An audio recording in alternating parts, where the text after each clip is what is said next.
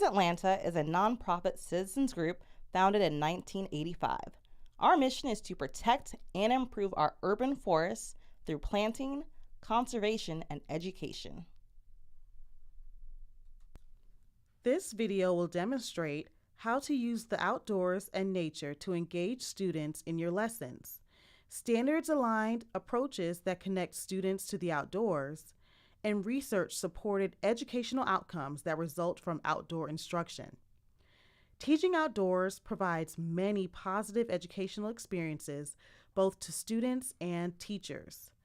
A great place to begin your quest for exploring teaching opportunities outdoors and with nature is to take a look at the ways in which you can include nature-oriented activities that align with the Georgia Standards of Excellence for Science. Elementary school teachers, do you feel like there is not enough time in a school day to teach all subjects?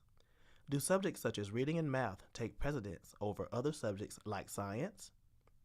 When you do get an opportunity to teach science, how comfortable are you with the content? How often do you teach science outdoors? Have you thought about nature as a natural laboratory space? I am sure that many of you have considered these questions during your instructional day.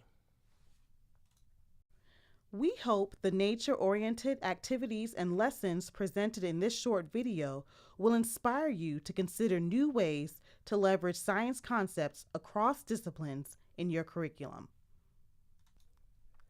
Teachers, did you know that there are many different ways you can teach students to reduce, reuse, and recycle? One way is through making recycled paper.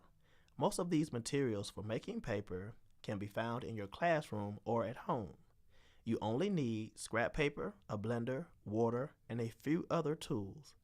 This activity is really great for students because they engage in a hands-on process that they get to use and take home.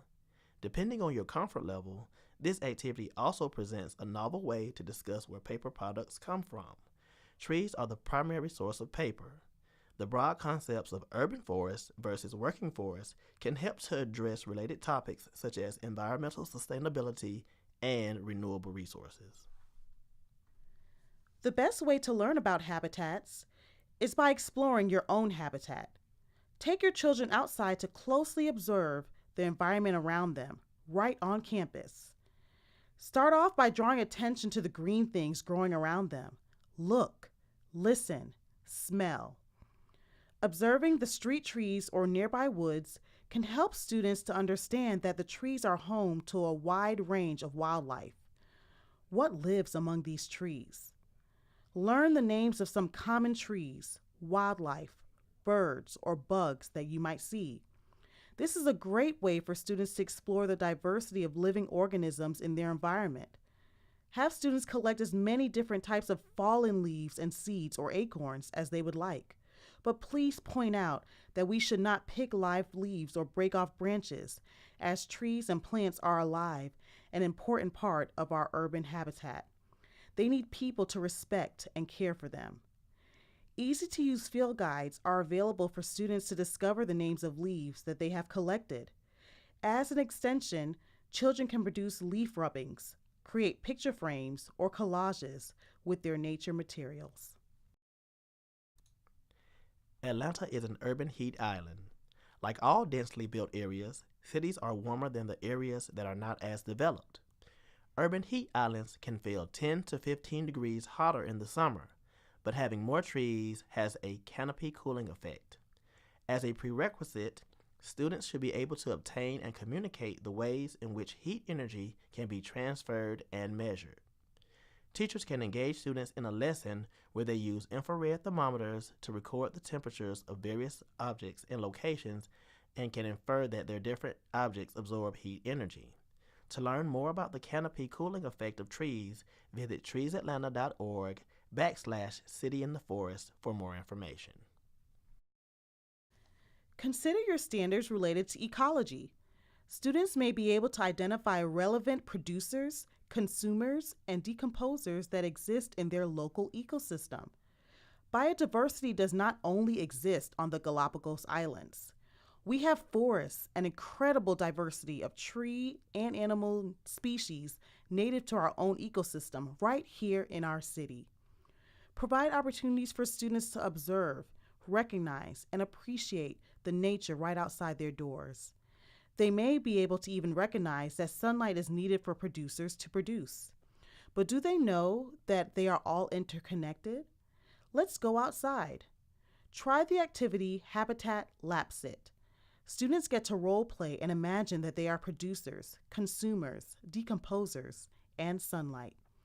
In this activity, students will see firsthand how everything is interconnected and dependent on one another. Missing just one component of the ecosystem can seriously impact the sustainability of our habitat. You see, teaching science outdoors is not only fun, but beneficial to students in several ways. Research has shown that outdoor activities lead to better academic performance, enhanced attention, improved behavior, and increased enthusiasm for learning.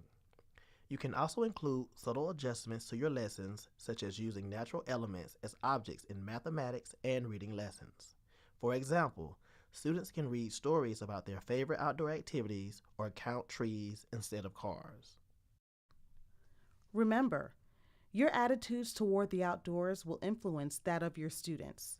Pay close attention to your word choices and seek to develop your own personal relationship with the outdoors and find unique ways that nature can be incorporated in your curriculum.